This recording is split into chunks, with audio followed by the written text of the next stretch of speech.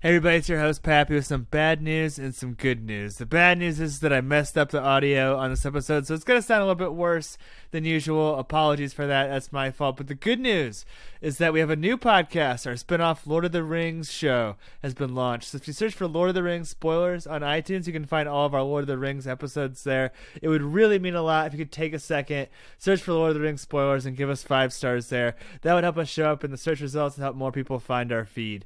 Thanks for listening, and on with the show. Harley Quinn voted for Bernie. This is Spoilers. This is Spoilers. Hey everybody, welcome to Spoilers. I'm your host Pappy, and we're doing a new movie tonight. I think our first 2020 movie, Birds of Prey or the Fantabulous Emancipation of one Harley Quinn. Joining us tonight, it's a comic book movie, so you know, we have PK, our superhero correspondent. PK, how are you? Yo, I'm great, man. How are you? I'm pretty good. I wanted our opening question just to stay really positive tonight. I like the movie, but what is another DC movie that you like, PK? It doesn't necessarily have to be your favorite, but are we talking like DC of recent, or like does this include the Dark Knight everything, films? right? This is everything. Open-ended from any time. You could go back to Adam West if you wanted to. Oh man, but don't. In that case, I'm not going to give a specific answer. I'm going to just shed some love on the DC animated universe, because if you're a comic book fan, you know that DC animated movies have always been superior to the live action, and I think that still holds true. And like Mask of the Phantasm and Batman, great one. Under the Red Hood, basically any Batman animated film, check it out. Yeah, DC, I think with this is on the rise, though. They're taking steps in the right direction for live action.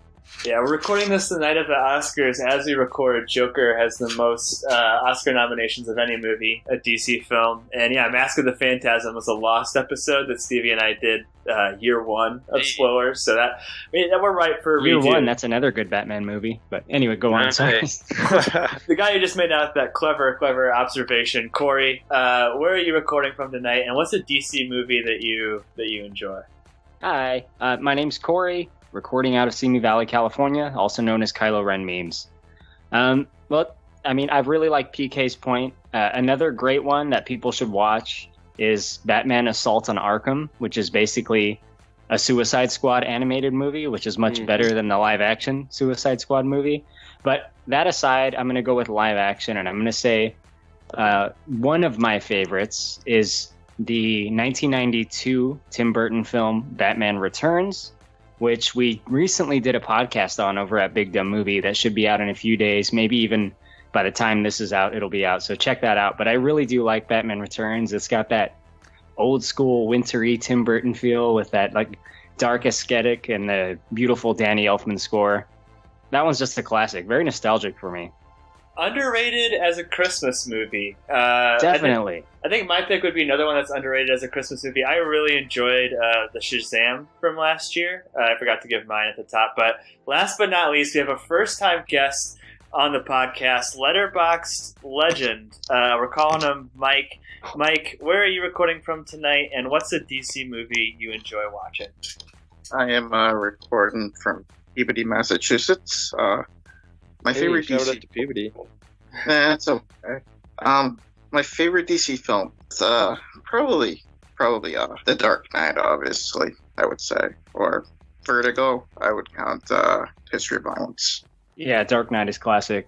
Mike, you're on Letterboxd a lot. You're an active user. Do you feel any of the blowback from Dark Knight? Because I feel like when it came out, it was like regarded as not just a fantastic comic book movie. It was transcending. But I feel like it's kind of gotten the Fight Club treatment a little bit, where people sort of look down on it. I still really love the movie, but I don't see it as much as other films. Yeah.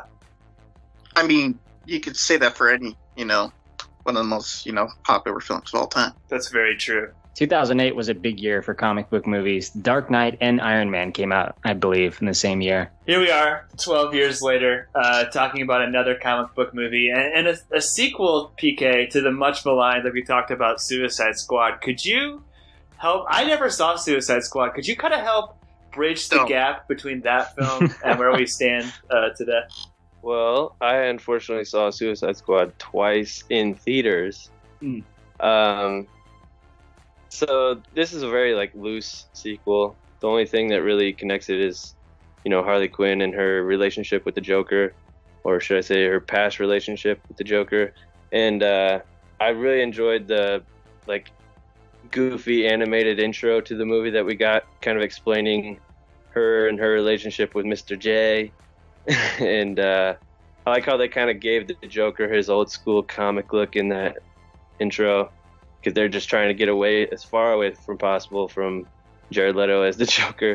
Rightfully so, yeah. But yeah, it doesn't have too much to do with Suicide Squad. They don't mention it much. I did catch, what's his name? Captain Boomerang. Yeah, I was trying to think of the actor's name. Jai Courtney. I saw his little mugshot in the police station. She said, "Hey, I know him." I know that guy. That's like one of the very few callbacks to Suicide Squad. So you don't need to see it to see this. There's movie. also the post-credit scene that the one line. Yep, I didn't watch it. I waited for I didn't watch the initial credits, and then I was like, I'll look it up later. Corey, did you watch it?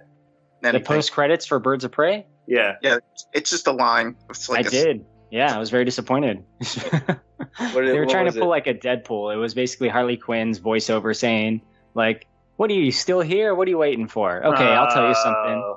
And then it says Batman, and then it cuts her off immediately. That's disappointing.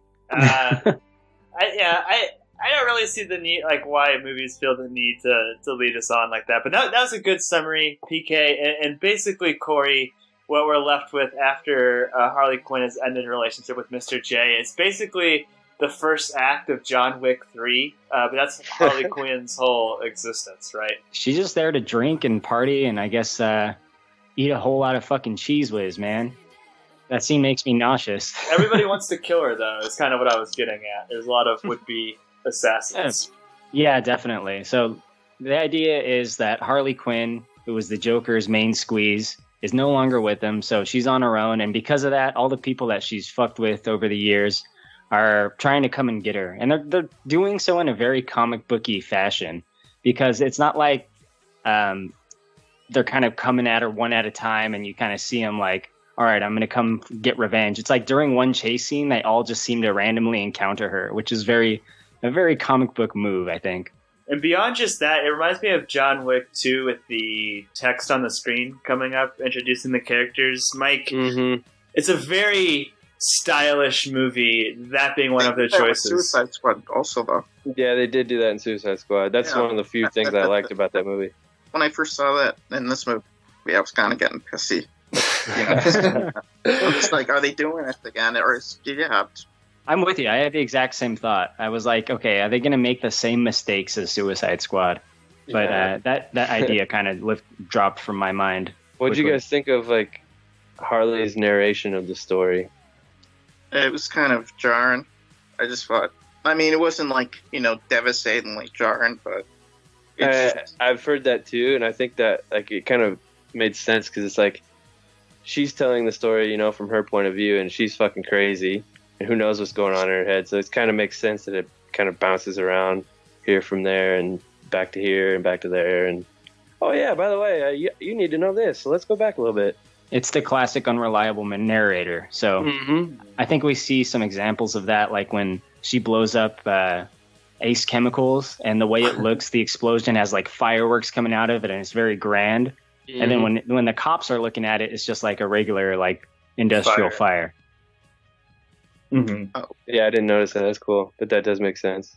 But I mean, it's a big choice though to structure the film in the way they did. It's like I think they literally use a line from like Kiss Kiss Bang Bang where the story like goes too far, and the narrator's gonna be like, "Wait, I forgot to tell you something," and it backs up. Mike, did you enjoy the structure of the film, or were you? I was a little bit lost. I got to be honest. It was okay, but I mean, I'm like. Just like I didn't really expect anything going into this. I didn't even really read. I just saw the Rotten Tomatoes rate. And I'm like, okay. I mean, just the average was a 6, but I just go into this fresh. I mean, it wasn't really, awful, but per se. But I mean, it kind of rattled me up because at first I'm just like, I'm like, oh, they're doing this for, I mean, it kind of stopped when, when she finally said the whole thing, the plan at the police station, yeah. And then I thought the movie got a little from there.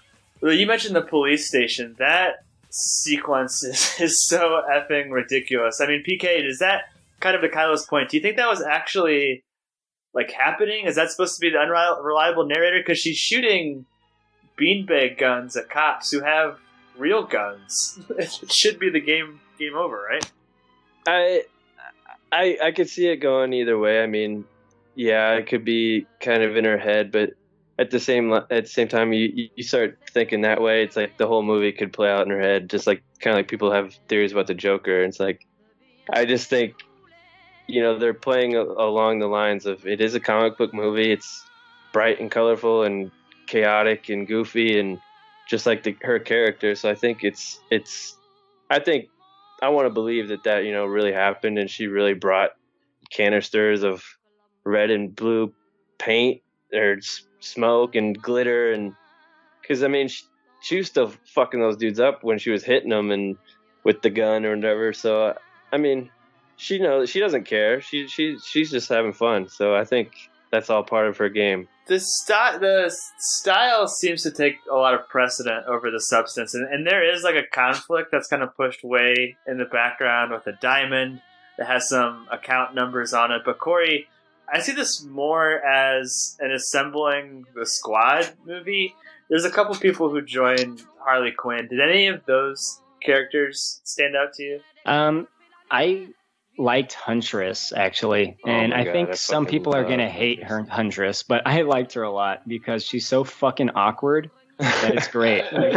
She's lived in isolation training with these crazy assassin / hitmen that she's just extremely socially awkward. And I think it's great. It's subtle in a way. It's almost to the point where I was like, is this bad acting? And then after a few minutes, I'm like, no, she's just really fucking great weird. Acting. Yeah, Mary Elizabeth Winstead's been a lot of good stuff. I mean, she's a great actress. Except for, she did stuff like Smashed, and then she did stuff like Gemini Man. Yeah, I haven't seen that one yet. PK, did you have any Huntress moments that stood out to you? Oh, absolutely. The fact that they showed her, talking to herself in the mirror, practicing, her intro and her introducing herself. And then you get to see it in the movie, but the first time, she comes, I'm Huntress. And then when she actually squads up with the crew later, she's, you're the crossbow killer. No. And then she's about to say, you're Helena Bertinelli. Fuck. And she's like, oh, for fuck's sake, or something like that. I laughed out loud in that part. That was fucking hilarious. But yeah, her awkwardness and everything made her freaking hilarious and super relatable because I get like that too. So. And she's the most badass one of them all, and she's the most awkward in person. So I think that was an interesting dynamic. That bit went on for so long too. They were setting up the crossbow killer, the crossbow killer, the crossbow killer. Yep. 5 different people.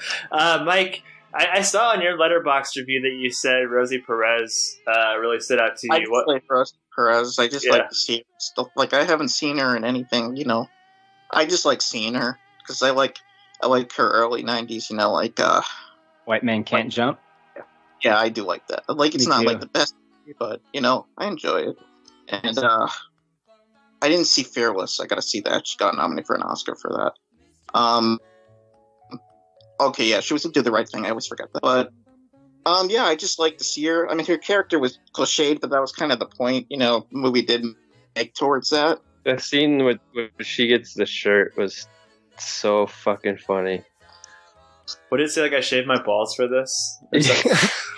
And then don't bring it up for the longest time. You just gotta sit there and realize it. And it's just that was too funny.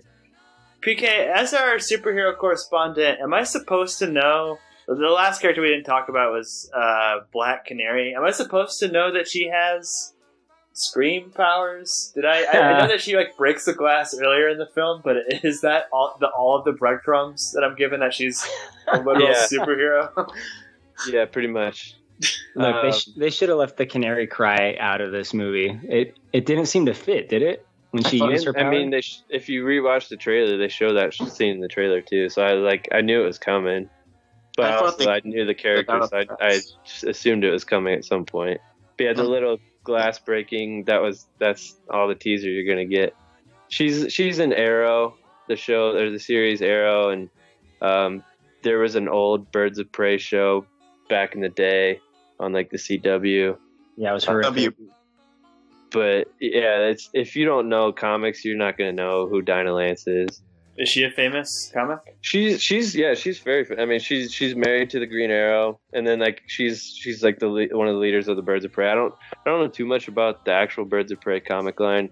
I know more about like the individual characters themselves, but from what I know, some people were kind of worried going into this, that they were worried about like these characters weren't going to be true to like the Birds of Prey comic line. But I've also heard after seeing the movie that people loved it, and they might be a little different than how they're portrayed in the comics, but overall it's doing well so far, I think. Yeah, they're a team of heroes in the comics, essentially, which is what they become, at least. I mean, some essentially, of them. this isn't like kind of like you were saying earlier. It's kind of like a getting the gang together movie. This is essentially a Harley Quinn movie. Mm-hmm. That the third act is where you get the Birds of Prey. It's almost like a prequel, and then eventually, I feel like they'll get their own without Harley Quinn. Mm-hmm. But about that, I don't know. If it won't, if it keeps to continuing how it's doing in the box office after this. Well, Mike, you had a good point too that Sonic comes out next week, so it's probably not long for the number one spot. The worst they're gonna do is HBO Max series for them. Dude, I'm all in for DC on HBO Max. Doom Patrol season 2. If you haven't watched Doom Patrol, go watch it. It's weird. Kylo, we'd be remiss. We did talk about it's mostly an assembling the squad movie. It's mostly an excuse to see more of Harley Quinn. But we'd be remiss if we didn't talk about your boy, Ewan McGregor. What did you think about the Black Mask? Black Mask? Black Mask. Okay. He is a fucking lunatic. Ewan McGregor he's really like playing up this like complete psycho so well. Like he had me laughing like almost anytime he was speaking because he's so fucking ridiculous. Mm-hmm. He is an insane person. He's just like relishes in all like his nice masks, and he's like super like willing to describe them, and he's just so insane, but he can be quite scary as well. So I think he did a really good job. I think it was definitely one of the highlights of the movie. He looked so badass when they finally put the mask on. And it's funny too, because like I think that DC does a much better job of tackling social issues, or I should say that they do a much more graceful job of tackling social issues than Marvel does. Where like I loved Endgame, but like the all girl shot where they line up. God. There's a similar shot in this, but it's much more subtle. And I liked how Ewan McGregor, everything in his apartment is like culturally appropriated from some other country. Like he's got shrunken heads from Africa. He's got a bunch of like Asian stuff. Like it's a very intentional character choice that they're making and how they're portraying him. Mike, what did you think about Ewan McGregor as Black Mask? I thought he was, McGregor. He's good in everything. Well, maybe not everything, but I thought he was, solid as the role, and I kind of just wished, they did him a little bit differently. Did you want him to be like more like typical like mob guy? Is that what? No, that's what I kind of didn't want. I'm like, oh, is he really just ripping guys' faces off? Okay. Yeah, so I didn't know. I mean, I don't know why, but I didn't know this was rated R going into it. So like, all of a sudden they started cutting people's faces off. I was like, oh, okay, this is dark as shit. But yeah, I liked his take on the character. I mean, I kind of heard some criticism on people were complaining, saying he wasn't like he was just a one-sided character and just like pure evil and crazy. I'm like they didn't have that relatable fact. It's like, dude, not every villain needs to have that. Like, you see their point of view. It's like, yeah, not everyone's Killmonger, Exactly. Right. So I thought it was awesome. I thought he was great too. And, you know, leading up to this podcast, I was kind of thinking about him in my head. And he's great for like a Gotham villain, I think, in a lot of ways. But one of the things I was thinking about was that face ripping scene you were talking about where he cuts the people's faces off. Mm-hmm. He did that in the daytime. Like, that was probably the most heinous crime he committed. And he did it during the daytime, which is, I think, probably an intentional choice, right? Because Batman would swoop in on that shit. Like, that's true. I never thought of it that way. That's cool. I mean, that was just a Tuesday for him. It seemed like the character. Yeah, Victor Zsasz was pretty fucking wild and creepy too. I read some speculation and I listened to the Double Toasted podcast, or like part of it, earlier in the week before I saw the movie. But there's speculation that Black Mask and Victor Zsasz are gay in this film. Did you guys pick up on anything? I kind of picked up on some like little subtle like. I caught it more of like Zsasz is kind of obsessed with this guy and he just wants to do anything to please this guy, but I could see where people kind of pick that up. I thought they were kind of. It seemed like a LeFou Gaston type relationship. You know what I mean? Where it's not necessarily my favorite. Yeah, overtly reciprocated, but there seems to be like a little one-way crush.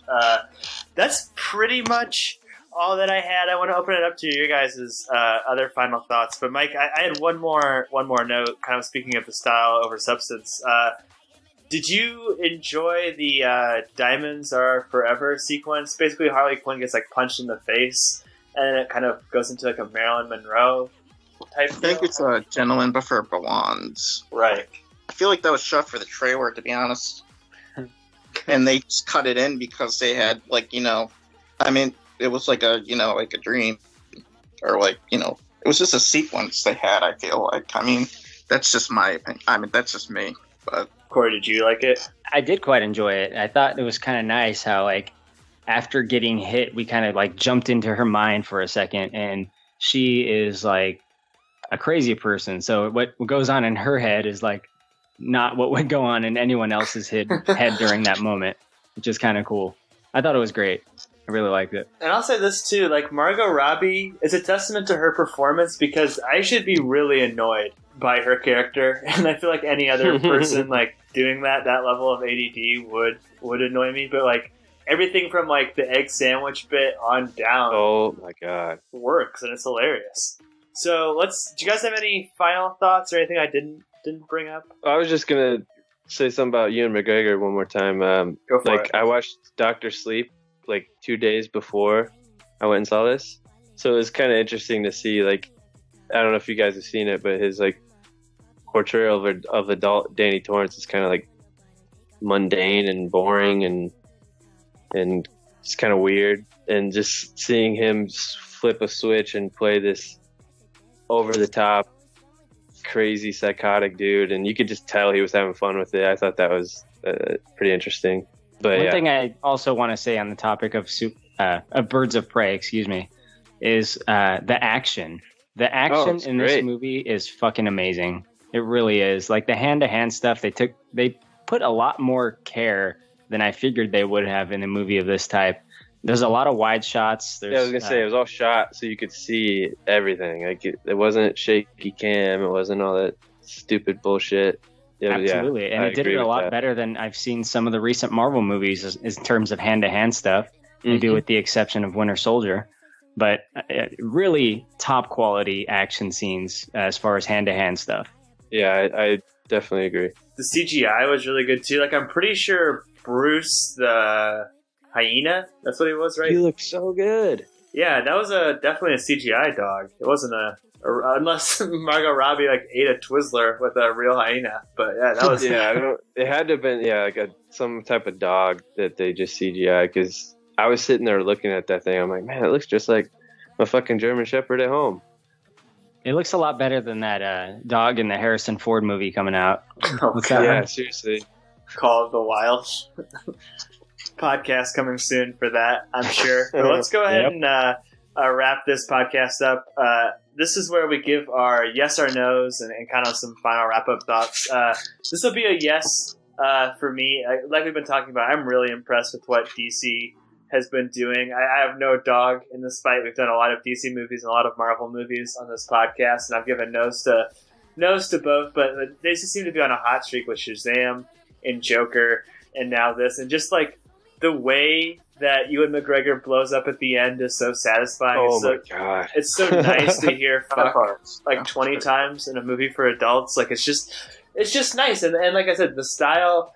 It is style over substance sometimes. I do think that we could have done a better job of like setting up the Canary call or whatever happens at the end. But I really enjoyed my time watching this movie, and I would be down to spend more time in this world. Mike, you're our first time guest on this podcast. Why don't you give a couple parting thoughts and then your yes or no rating? I thought it was I thought I had a really fun time with it. Like, I just thought at first it wasn't going to really do anything for me, at least for the first 30 to 40 minutes. I just got much more into it by the end. I hope it gets something. I know that Robbie's going to be in James Gunn's Suicide Squad, so I'm not worried about her, but, I mean, the other characters, I kind of see a lot of promise with the Birds of Prey themselves, and I just hope that they get a future with something with the DC universe. So is it a yes or a no for you? Sorry. No, you're good. Yeah. Yes. Of course. I mean, I gave it a 3 out of 5, but that's just more towards the narrative of it. But I did enjoy the content. Nice. I'm in the same neighborhood with you. 7 out of 10, 3 out of 5, what have you. Corey, who owns the Picked Up Movie page. If you want to hear Corey talk more about DC movies, go subscribe to them and wait for their Batman Returns podcast, which might already be out. But what do you give the most recent DC movie, Birds of Prey? I'm going to give Birds of Prey a yes. I like this movie a lot. I think it is stylized to be like to suit the Harley Quinn narrative really well. It's kind of like Deadpool in that way, but I think I like it a little bit more than Deadpool. I don't know. It's has some good humor, has some good violence, has some great action. For complaints, I'd say I wasn't a huge fan of the way Gotham looked during the daytime, but other than that, I mean, I think it's a great time. It's a really fun movie, and it's kind of exactly what I would want to see in a Harley Quinn movie. And I know it's called Birds of Prey, but it really is a Harley Quinn movie. Yes for me. So that's 3 yeses, and like I said at the top of the podcast, it wouldn't be a comic book movie without our superhero correspondent, PK. Not a lot of superheroes in this, but we got some super villains. What do you give Birds of Prey? Will you make it preserved? Come on, you know we're certified fresh out here. I mean, preserved. Don't want to trademark, you know. Yeah, we have enough copyright troubles as it is right now. We don't need any more. Yeah, it's a yes for sure. I really hope more people go see it and it makes more money. It's not like, look, it's not The Dark Knight. It's not fucking Avengers Endgame. It's not a fantastic movie. It's a good movie. It's a fun movie. It's got great action, great style. I think, like I said, DC is taking steps in the right direction, and for them to keep making those steps, people got to see these movies. And I think I've talked about it on the pod before. Like people think movies are either the best thing or the worst thing, and if they don't want to see it, then or if they don't think it's going to be good, they're not going to see it these days, and it kind of sucks. But little fun fact, I don't know if you guys knew, Cassandra Cain, the little Asian girl with the diamond up her ass, she becomes Batgirl. So that's kind of fun. So that was like a cool, interesting, weird take on her character. But yeah, this is a fun, stylish movie. Definitely go see it. I can't wait to see what DC does next. I don't necessarily need all these connected movies like Marvel. Like, do more like the Joker. Do one-off movies with great stories and great characters, and make them rated R. Because DC has a great line of comics that they can take really dark and go in a way different direction than Marvel. And I'd love to see them both on top. We don't need to be fighting Marvel versus DC. We're all comic book fans. But Marvel's better. Hey. Marvel animated stuff is not very good, so DC is supreme in animated for sure. X-Men the animated series. Yeah, you're right. I take it back. If you would have told me 2 years ago we'd be making a DC movie Preserved, I wouldn't have believed you on that Justice League episode. But here we are. Thanks again, Mike, for coming on. Really appreciate you. Well, thank you. Love to come back. Anytime, you're always welcome. Open invite. If there's any movies you want to do, let us know. And as always, superhero correspondent PK. Brett. We can't do these podcasts without you. Like I said, check out Corey. Check out Corey on Big Dumb Movie. On this feed, there should be the Forrest Gump episode. Just dropped the night of the Oscars. You can look for that. And then Brett and I still have the only podcast ever to cover all Best Picture winners in one episode. So we'll be updating that with whatever wins tonight. And then look for some Fast and Furious content coming down your throat. Thanks. Yeah. Hopefully it's better than that damn trailer. We'll stay tuned, PK, and you'll find out. Thanks for listening, audience, and take it away, Spoiler Man. Spoiler Man here. Our email is podcastspoilers@gmail.com. Twitter is @spoilers_pod. Our Instagram is Podcast Spoilers. It's lit. Josh Hensley from the Rutabaga wrote our theme song. Our spoilers hotline is 903-776-4507. That's 903-SPOIL07. Please support this podcast by leaving us an iTunes review. To do this, 1. Search for Movie Spoilers. 2. Click on our orange Spoilers Bowl logo and scroll all the way to the bottom. 3. Leave us some stars and some words. Now you can check us out on Spotify, YouTube, Stitcher, Apple, and Google Podcasts. If you enjoyed what you heard today, subscribe on SoundCloud or iTunes.